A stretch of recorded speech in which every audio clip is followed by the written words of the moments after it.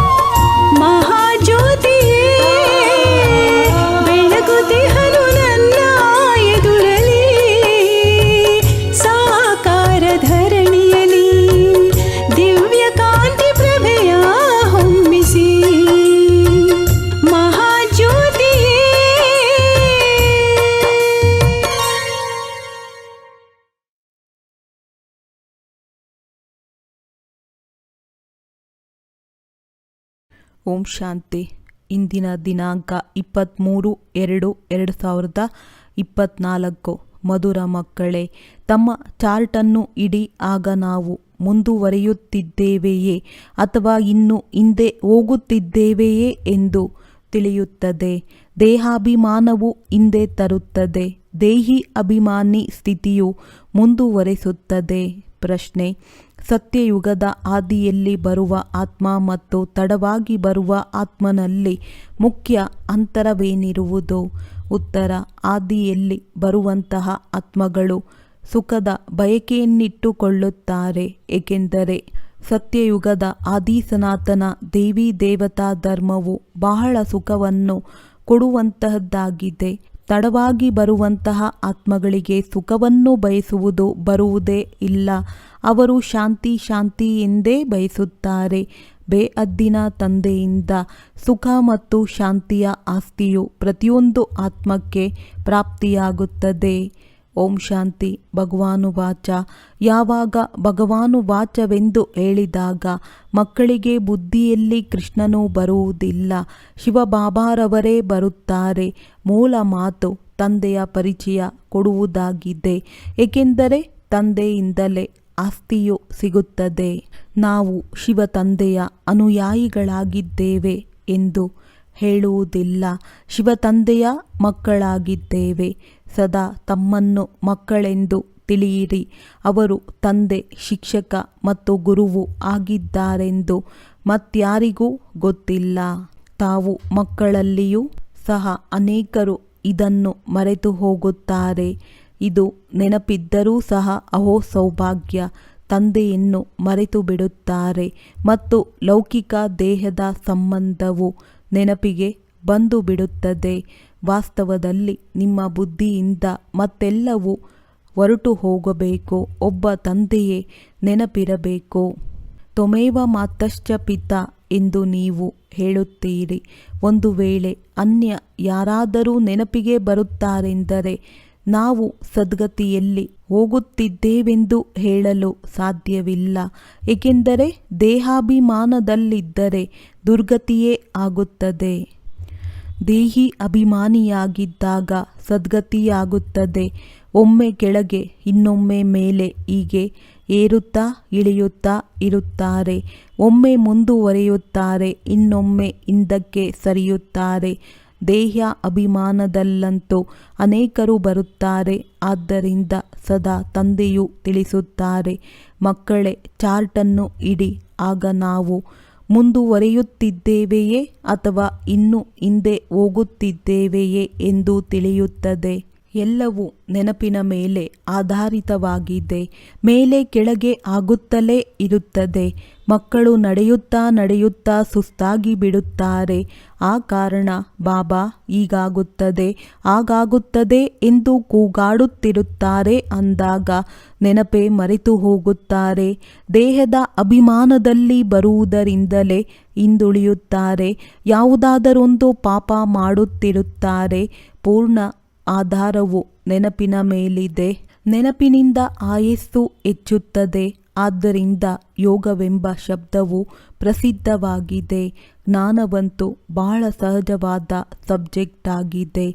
ಅನೇಕರಿಗೆ ಜ್ಞಾನವೂ ಇಲ್ಲ, ಯೋಗವೂ ಇರುವುದಿಲ್ಲ. ಇದರಿಂದ ಬಹಳ ನಷ್ಟವಾಗುತ್ತದೆ. ಅನೇಕರು ಶ್ರಮ ಪಡುವುದೇ ಇಲ್ಲ.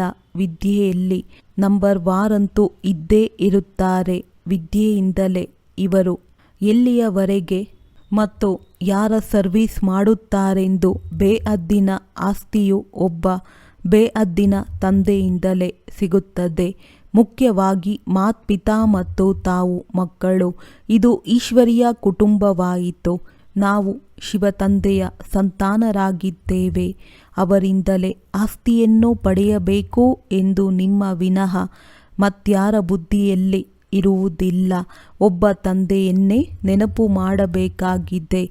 ಅವರು ಸಹ ನಿರಾಕಾರ ಶಿವ ತಂದೆಯಾಗಿದ್ದಾರೆ ಎಂದು ಹೇಗೆ ಹೇಳುತ್ತೀರಿ? ಅವರಿಂದ ಆಸ್ತಿಯನ್ನು ಹೇಗೆ ಪಡೆಯುತ್ತೀರಿ? ಪಾವನರು ಹೇಗಾಗುತ್ತೀರಿ? ಆಗುವುದಕ್ಕೆ ಸಾಧ್ಯವಿಲ್ಲ. ತಂದೆಯು ಪದೇ ಪದೇ ಹೇಳುತ್ತಾರೆ, ಮಕ್ಕಳೇ ಮನ್ಮನಾಭವ ನನ್ನನ್ನು ನೆನಪು ಮಾಡಿ. ಇದನ್ನು ಯಾರು ಅರಿತುಕೊಂಡಿಲ್ಲ.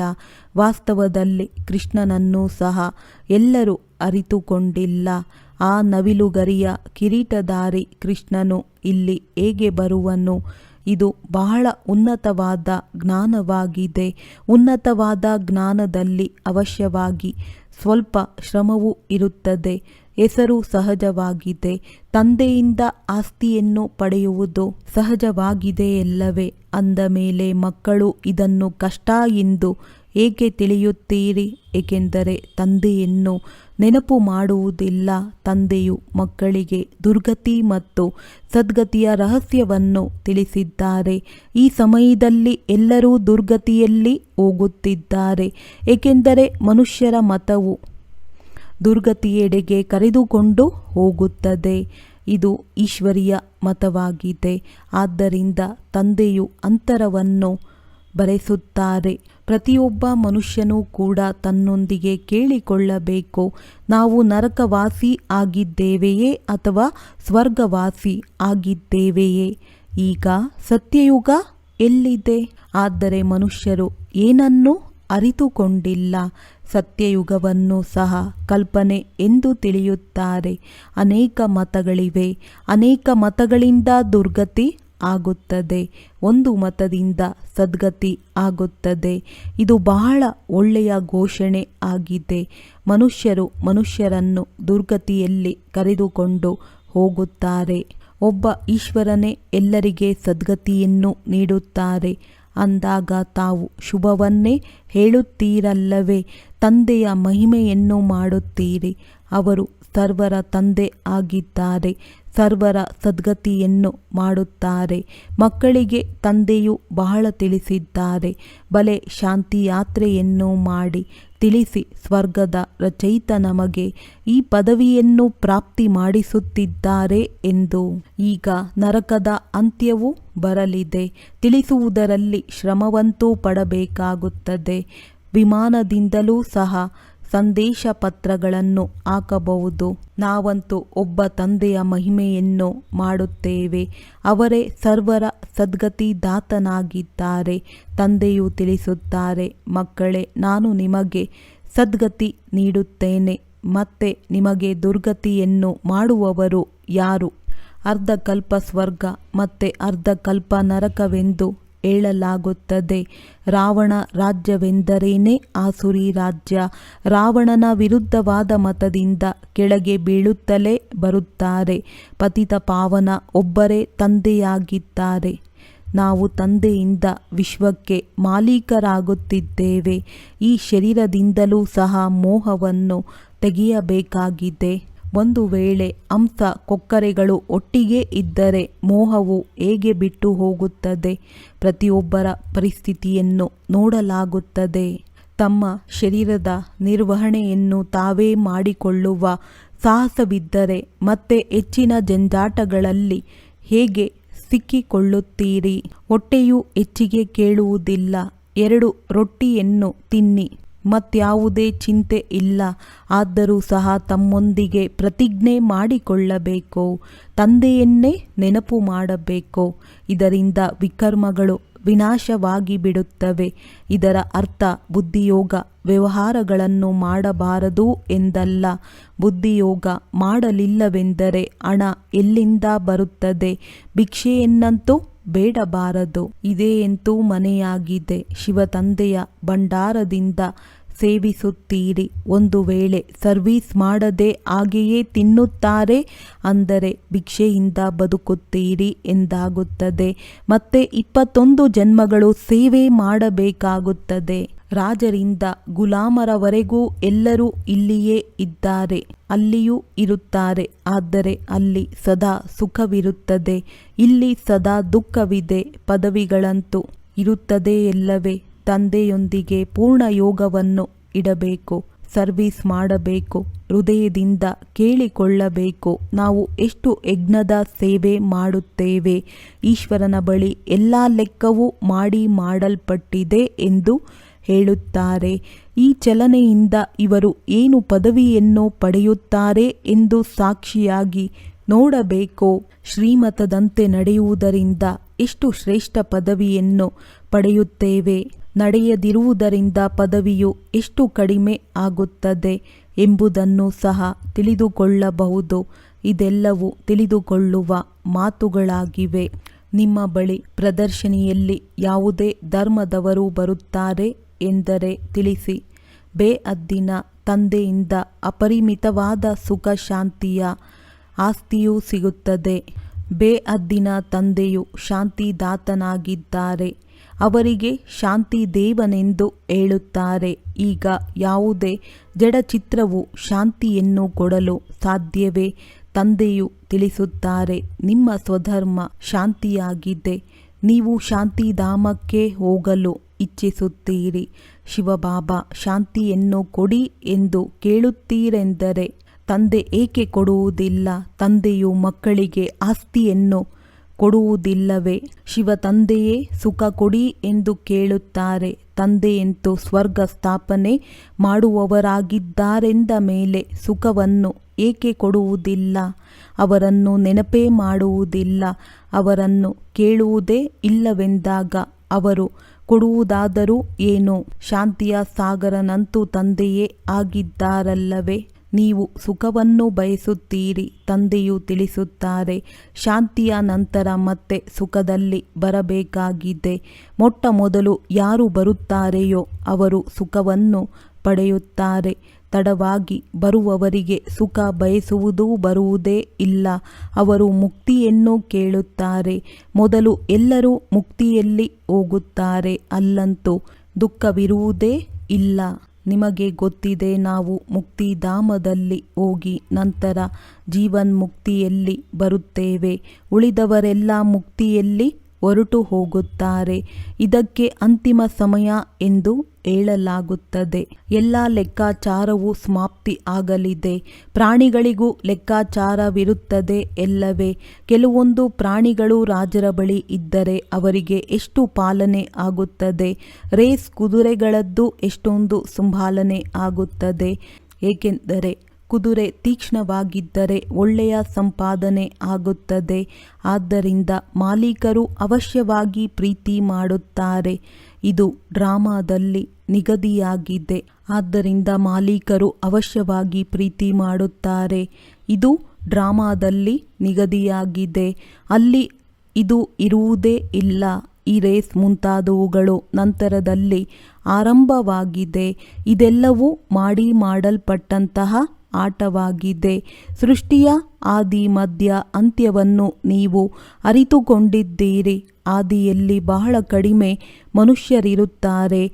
ನಾವು ವಿಶ್ವದ ರಾಜ್ಯವನ್ನು ಮಾಡುತ್ತಿರುತ್ತೇವೆ. ಪ್ರತಿಯೊಬ್ಬರೂ ಸಹ ನಾವು ಆಗುತ್ತೇವೆಯೇ ಅಥವಾ ಇಲ್ಲವೇ?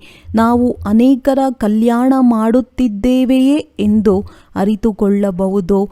ಯಾವಾಗ ತಂದೆಯು ಸಿಕ್ಕಿದ್ದಾರೆಂದ ಮೇಲೆ ಇದರಲ್ಲಿ ಶ್ರಮ ಪಡಬೇಕಾಗುತ್ತದೆ. ಪ್ರಪಂಚದವರಂತೂ ಪರಸ್ಪರ ಬೆಂಕಿ ಹತ್ತಿಕೊಳ್ಳಲೆಂದು ಎಂತೆಂತಹ ಬಾಂಬುಗಳನ್ನು ತಯಾರಿಸುತ್ತಾರೆ.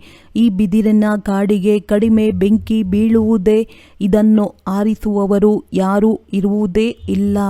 ಬಹಳಷ್ಟು ಬಾಂಬುಗಳನ್ನು ತಯಾರಿಸುತ್ತಿರುತ್ತಾರೆ. ಅದರಲ್ಲಿ ವಿಷ ಅನಿಲವನ್ನು ಹಾಕುತ್ತಿರುತ್ತಾರೆ. ಆ ಅನಿಲವು ಹರಡುತ್ತಿದ್ದಂತೆಯೇ ಎಲ್ಲರೂ ಸಮಾಪ್ತಿಯಾಗುತ್ತಿರುತ್ತಾರೆ. ಮೃತ್ಯುವಂತೂ ಸನ್ಮುಖದಲ್ಲಿ ನಿಂತಿದೆ. ಆದ್ದರಿಂದ ತಂದೆಯು ತಿಳಿಸುತ್ತಾರೆ, ಮಕ್ಕಳೇ, ಆಸ್ತಿಯನ್ನು ಪಡೆಯಬೇಕೆಂದಿದ್ದರೆ ಪಡೆಯಿರಿ, ಶ್ರಮ ಪಡಿ. ಅತಿ ಹೆಚ್ಚಿನದಾಗಿ ಉದ್ಯೋಗ ವ್ಯವಹಾರಗಳಲ್ಲಿ ಹೋಗಬೇಡಿ. ಎಷ್ಟು ಚಿಂತೆಯನ್ನಿಟ್ಟುಕೊಳ್ಳಬೇಕಾಗುತ್ತದೆ. ತಂದೆಯು ಇವರನ್ನಂತೂ ಬಿಡಿಸಿದರು. ಈಗ ಇದಂತೂ ಚೀಚಿ ಪ್ರಪಂಚವಾಗಿದೆ. ನೀವು ಮಕ್ಕಳು ತಂದೆಯನ್ನು ನೆನಪು ಮಾಡಬೇಕು. ಅದರಿಂದ ನಿಮ್ಮ ವಿಕರ್ಮ ವಿನಾಶವಾಗಬೇಕು ಮತ್ತು ತಂದೆಯಿಂದ ಆಸ್ತಿಯನ್ನು ಪಡೆಯಬೇಕು. ಬಹಳ ಪ್ರೀತಿಯಿಂದ ನೆನಪು ಮಾಡಬೇಕಾಗಿದೆ. ಲಕ್ಷ್ಮೀ ನಾರಾಯಣರ ಚಿತ್ರವನ್ನು ನೋಡುತ್ತಿದ್ದಂತೆಯೇ ಹೃದಯ ಖುಷಿಯಾಗಿ ಬಿಡುತ್ತದೆ. ಇದು ನಮ್ಮ ಗುರಿ ಧ್ಯೇಯವಾಗಿದೆ. ಬಲೆ ಪೂಜೆ ಮಾಡುತ್ತಿದ್ದೆವು, ಆದರೆ ನಾವೇ ಈ ರೀತಿ ಆಗುತ್ತೇವೆ. ನೆನ್ನೆ ಪೂಜಾರಿಯಾಗಿದ್ದೆವು, ಇಂದು ಪೂಜ್ಯರಾಗುತ್ತಿದ್ದೇವೆ ಎಂಬುದು ಗೊತ್ತಿರಲಿಲ್ಲ. ತಂದೆಯು ಬಂದರೂ ಆಗ ಪೂಜೆಯನ್ನು ಬಿಟ್ಟೆವು. ತಂದೆಯು ವಿನಾಶ ಮತ್ತು ಸ್ಥಾಪನೆಯ ಸಾಕ್ಷಾತ್ಕಾರವನ್ನು ಮಾಡಿಸಿದರಲ್ಲವೇ ನಾವು ವಿಶ್ವದ ಮಾಲೀಕರಾಗುತ್ತೇವೆ. ಇದೆಲ್ಲವೂ ಸಮಾಪ್ತಿಯಾಗಲಿದೆ ಅಂದ ಮೇಲೆ ನಾವು ತಂದೆಯನ್ನೇಕೆ ನೆನಪು ಮಾಡಬಾರದು? ಬಾಬಾ, ತಾವು ಎಷ್ಟು ಮಧುರರಾಗಿದ್ದೀರಿ ಎಂದು ಆಂತರ್ಯದಲ್ಲಿ ಒಬ್ಬ ತಂದೆಯಿದೆ. ಮಹಿಮೆ ಮಾಡುತ್ತಿರುತ್ತೇನೆ. ನಿಮಗೆ ಗೊತ್ತಿದೆ, ನಾವೆಲ್ಲ ಆತ್ಮಗಳ ತಂದೆಯು ಅವರೊಬ್ಬರೇ ಆಗಿದ್ದಾರೆ. ಅವರಿಂದಲೇ ಆಸ್ತಿಯೂ ಸಿಗುತ್ತದೆ. ನಾವು ಭಕ್ತಿ ಮಾರ್ಗದಲ್ಲಿ ಅವರನ್ನು ನೆನಪು ಮಾಡುತ್ತಿದ್ದೆವು. ಅವರು ಪರಮಧಾಮ ನಿವಾಸಿ ಆಗಿದ್ದಾರೆ. ಆದ್ದರಿಂದಲೇ ಅವರ ಚಿತ್ರವಿದೆ. ಒಂದು ವೇಳೆ ಅವರು ಬರದಿದ್ದರೆ ಅವರ ಚಿತ್ರವೇಕೆ ಇರುತ್ತಿತ್ತು? ಶಿವ ಜಯಂತಿಯನ್ನು ಆಚರಿಸುತ್ತಾರೆ. ಅವರಿಗೆ ಪರಮಪಿತ ಪರಮಾತ್ಮನೆಂದು ಹೇಳಲಾಗುತ್ತದೆ. ಉಳಿದಂತೆ ಎಲ್ಲರಿಗೂ ಮನುಷ್ಯರು ಅಥವಾ ದೇವತೆಗಳೆಂದು ಹೇಳಲಾಗುತ್ತದೆ. ಎಲ್ಲದಕ್ಕಿಂತ ಮೊದಲು ಆದಿ ಸನಾತನ ದೇವಿ ದೇವತಾ ಧರ್ಮವಿತ್ತು. ನಂತರ ಅನ್ಯ ಧರ್ಮಗಳಾಗಿವೆ ಅಂದ ಮೇಲೆ ಇಂತಹ ತಂದೆಯನ್ನು ಎಷ್ಟೊಂದು ನೆನಪು ಮಾಡಬೇಕೋ? ಭಕ್ತಿ ಮಾರ್ಗದಲ್ಲಂತೂ ಬಹಳ ಕರೆಯುತ್ತಾರೆ, ಆದರೆ ಅದರ ಅರ್ಥವನ್ನು ತಿಳಿದುಕೊಂಡಿಲ್ಲ. ಏನು ಬಂದರೆ ಅದನ್ನು ಮಹಿಮೆ ಮಾಡುತ್ತಿರುತ್ತಾರೆ. ಅನೇಕ ಮಹಿಮೆಗಳಿವೆ. ತಂದೆಯ ಮಹಿಮೆಯೇನೂ ಮಾಡುತ್ತಾರೆ. ನೀವೇ ಕೃಷ್ಣ, ನೀವೇ ವ್ಯಾಸ, ನೀವೇ ಇಂಥವರಾಗಿದ್ದೀರಿ. ಇದಂತೂ ನಿಂದನೆಯಾಯಿತಲ್ಲವೇ? ತಂದೆಗೆ ಎಷ್ಟೊಂದು ಅಪಕಾರ ಮಾಡುತ್ತಾರೆ. ಆದ್ದರಿಂದ ತಂದೆಯೇ ತಿಳಿಸುತ್ತಾರೆ, ಇವರೆಲ್ಲರೂ ನನ್ನ ಅಪಕಾರ ಮಾಡುತ್ತಾರೆ. ಮತ್ತೆ ನಾನೇ ಬಂದು ಸರ್ವರಿಗೆ ಉಪಕಾರ, ಸರ್ವರ ಸದ್ಗತಿ ಮಾಡುತ್ತೇನೆ. ನಾನೇ ಹೊಸ ಪ್ರಪಂಚವನ್ನು ಸ್ಥಾಪನೆ ಮಾಡಲು ಬರುತ್ತೇನೆ. ಇದೇ ಸೋಲು ಗೆಲುವಿನ ಆಟವಾಗಿದೆ. 5000 ವರ್ಷಗಳ ಮಾಡಲ್ಪಟ್ಟಂತಹ ನಾಟಕವಾಗಿದೆ. ಇದರಲ್ಲಿ ಸ್ವಲ್ಪವೂ ಅಂತರವಾಗುವುದಿಲ್ಲ. ಈ ನಾಟಕದ ರಹಸ್ಯವನ್ನು ತಂದೆಯ ವಿನಃ ಮತ್ಯಾರೂ ತಿಳಿಸಲು ಸಾಧ್ಯವಿಲ್ಲ. ಮನುಷ್ಯ ಮತಗಳಂತೂ ಅನೇಕವು ಬಿಡುಗಡೆಯಾಗುತ್ತಿರುತ್ತವೆ. ದೇವತೆಗಳ ಮತವಂತೂ ಸಿಗುವುದೇ ಇಲ್ಲ. ಎಲ್ಲವೂ ಮನುಷ್ಯರ ಮತಗಳಾಗಿವೆ. ಪ್ರತಿಯೊಬ್ಬರೂ ತಮ್ಮ ಬುದ್ಧಿವಂತಿಕೆಯನ್ನು ತೋರಿಸುತ್ತಿರುತ್ತಾರೆ. ಈಗ ತಾವು ಮತ್ಯಾರನ್ನು ನೆನಪು ಮಾಡಬಾರದು. ಆತ್ಮವು ಕೇವಲ ತಂದೆಯನ್ನೇ ನೆನಪು ಮಾಡುತ್ತಿರಲಿ. ಇದರಲ್ಲಿ ಶ್ರಮ ಪಡಬೇಕಾಗಿದೆ. ಹೇಗೆ ಭಕ್ತರು ಶ್ರಮ ಪಡುತ್ತಾರಲ್ಲವೇ? ಬಹಳ ಶ್ರದ್ಧೆಯಿಂದ ಭಕ್ತಿ ಮಾಡುತ್ತಾರೆ. ಹೇಗೆ ಅದು ಭಕ್ತಿಯಾಗಿದೆ. ಆದರೆ ನಿಮ್ಮದು ಇದು ಜ್ಞಾನದ ಪರಿಶ್ರಮವಾಗಿದೆ. ಭಕ್ತಿಯಲ್ಲಿ ಕಡಿಮೆ ಪರಿಶ್ರಮ ಮಾಡುತ್ತಾರೆಯೇ? ಗುರುಗಳು ಹೇಳುತ್ತಾರೆ, ಪ್ರತಿನಿತ್ಯವೂ 100 ಮಾಲೆಗಳನ್ನು ಜಪಿಸಿ ಮತ್ತೆ ಕುಟೀರದಲ್ಲಿ ಕುಳಿತು ಬಿಡುತ್ತಾರೆ. ಮಾಲೆಯನ್ನು ಜಪಿಸುತ್ತಾ ಗಂಟೆಗಳು ಹಿಡಿಸುತ್ತದೆ. ಬಹಳಷ್ಟು ಜನ ರಾಮನೆಂದೇ ಜಪಿಸುತ್ತಾರೆ. ಇಲ್ಲಂತೂ ತಾವು ತಂದೆಯ ನೆನಪಿನಲ್ಲಿರಬೇಕಾಗಿದೆ. ಬಹಳ ಪ್ರೀತಿಯಿಂದ ನೆನಪು ಮಾಡಬೇಕಾಗಿದೆ. ಎಷ್ಟೊಂದು ಮಧುರಾತಿ ಮಧುರ ತಂದೆಯಾಗಿದ್ದಾರೆ. ಕೇವಲ ನನ್ನನ್ನು ನೆನಪು ಮಾಡಿ ಮತ್ತು ದೈವಿ ಗುಣಗಳನ್ನು ಧಾರಣೆ ಮಾಡಿ ಎಂದು ಹೇಳುತ್ತಾರೆ. ತಾವು ಮಾಡಿದಾಗಲೇ ಅನ್ಯರಿಗೂ ಮಾರ್ಗವನ್ನು ತಿಳಿಸುತ್ತೀರಿ. ತಂದೆಯಂತಹ ಮಧುರರು ಮತ್ಯಾರೂ ಇಲ್ಲ. ಕಲ್ಪದ ನಂತರ ನಿಮಗೆ ಮಧುರ ತಂದೆಯೂ ಸಿಗುತ್ತಾರೆ. ಆದರೆ ಇಂತಹ ಮಧುರ ತಂದೆಯನ್ನು ಏಕೆ ಮರೆತು ಬಿಡುತ್ತೀರೋ ಗೊತ್ತಿಲ್ಲ. ತಂದೆಯು ಸ್ವರ್ಗದ ರಚಯಿತನಾಗಿದ್ದಾರೆ ಅಂದ ಮೇಲೆ ತಾವು ಅವಶ್ಯವಾಗಿ ಸ್ವರ್ಗದ ಮಾಲೀಕರಾಗುತ್ತೀರಿ. ಆದರೆ ತುಕ್ಕನ್ನು ಇಳಿಸಿಕೊಳ್ಳಲು ತಂದೆಯನ್ನು ನೆನಪು ಮಾಡಿ. ನೆನಪು ಮಾಡಲು ಆಗದೇ ಇರುವಂತಹ ಕಷ್ಟವೇನು ಬರುತ್ತದೆ? ಕಾರಣವನ್ನು ತಿಳಿಸಿ. ತಂದೆಯನ್ನು ನೆನಪು ಮಾಡಲು ಕಷ್ಟವೇ? ಒಳ್ಳೆಯದು. ಮಧುರಾತಿ ಮಧುರ ಅಗಲಿ ಹೋಗಿ ಮರಳಿ ಸಿಕ್ಕಿರುವಂತಹ ಮಕ್ಕಳಿಗೆ ಪ್ರೀತಿಯ ಮಾತ್ಪಿತಾ ಬಾಪ್ತಾದಾರವರ ನೆನಪು, ಪ್ರೀತಿ ಹಾಗೂ ಸುಪ್ರಭಾತ. ಆತ್ಮೀಯ ಮಕ್ಕಳಿಗೆ ಆತ್ಮೀಯ ತಂದೆಯ ನಮಸ್ತೆ. ಧಾರಣೆಗಾಗಿ ಮುಖ್ಯ ಸಾರ. ಶರೀರ ನಿರ್ವಹಣೆಗಾಗಿ ಕರ್ಮವನ್ನು ಅವಶ್ಯವಾಗಿ ಮಾಡಿ, ಆದರೆ ಅತಿಯಾದ ಜಂಜಾಟದಲ್ಲಿ ಸಿಕ್ಕಿ ಹಾಕಿಕೊಳ್ಳಬೇಡಿ. ತಂದೆಯ ನೆನಪೇ ಮರೆತು ಹೋಗುವ ಉದ್ಯೋಗ ವ್ಯವಹಾರದ ಚಿಂತನೆಯೂ ಬೇಡ. ಅನೇಕ ಮನುಷ್ಯರ ಮತಗಳನ್ನು ಬಿಟ್ಟು ಒಬ್ಬ ತಂದೆಯ ಮತದಂತೆ ನಡೆಯಬೇಕು. ಒಬ್ಬ ತಂದೆಯ ಮಹಿಮೆಯನ್ನು ಆಡಬೇಕು. ಒಬ್ಬ ತಂದೆಯನ್ನೇ ಪ್ರೀತಿ ಮಾಡಬೇಕು. ಉಳಿದವರೆಲ್ಲರಿಂದ ಮೋಹವನ್ನು ತೆಗೆಯಬೇಕು. ವರದಾನ: ಬೇಹದ್ದಿನ ವೈರಾಗ್ಯ ವೃತ್ತಿಯ ಮೂಲಕ ಹಳೆಯ ಸಂಸ್ಕಾರಗಳ ಯುದ್ಧದಿಂದ ಸುರಕ್ಷಿತರಾಗಿರುವಂತಹ ಮಾಸ್ಟರ್ ಜ್ಞಾನ ಸಂಪನ್ನ ಭವ. ಹಳೆಯ ಸಂಸ್ಕಾರಗಳ ಕಾರಣ ಸೇವೆಯಲ್ಲಿ ಹಾಗೂ ಸಂಬಂಧ ಸಂಪರ್ಕಗಳಲ್ಲಿ ವಿಘ್ನ ಉಂಟಾಗುವುದು. ಸಂಸ್ಕಾರವೇ ಭಿನ್ನ ಭಿನ್ನ ರೂಪದಿಂದ ತನ್ನ ಕಡೆ ಆಕರ್ಷಣೆ ಮಾಡುವುದು. ಎಲ್ಲಿ ಯಾವುದಾದರೂ ಒಂದು ಕಡೆ ಆಕರ್ಷಣೆ ಇದ್ದಲ್ಲಿ ಅಲ್ಲಿ ವೈರಾಗ್ಯವಿರಲು ಸಾಧ್ಯವಿಲ್ಲ. ಮುಚ್ಚಿಕೊಂಡಿರುವ ಸಂಸ್ಕಾರಗಳ ಅಂಶವೂ ಸಹ ಸಮಯ ಪ್ರಮಾಣ ವಂಶದ ರೂಪ ತೆಗೆದುಕೊಂಡು ಬಿಡುವುದು, ಪರವಶರನ್ನಾಗಿ ಮಾಡುವುದು.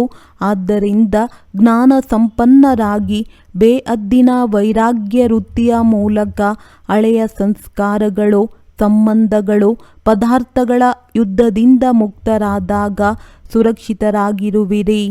ಸ್ಲೋಗನ್: ಮಾಯೆಯಿಂದ ನಿರ್ಭಯರಾಗಿರಿ ಮತ್ತು ಪರಸ್ಪರ ಸಂಬಂಧಗಳಲ್ಲಿ ನಿರ್ಮಾಣರಾಗಿರಿ. ಒಳ್ಳೆಯದು. ಓಂ ಶಾಂತಿ.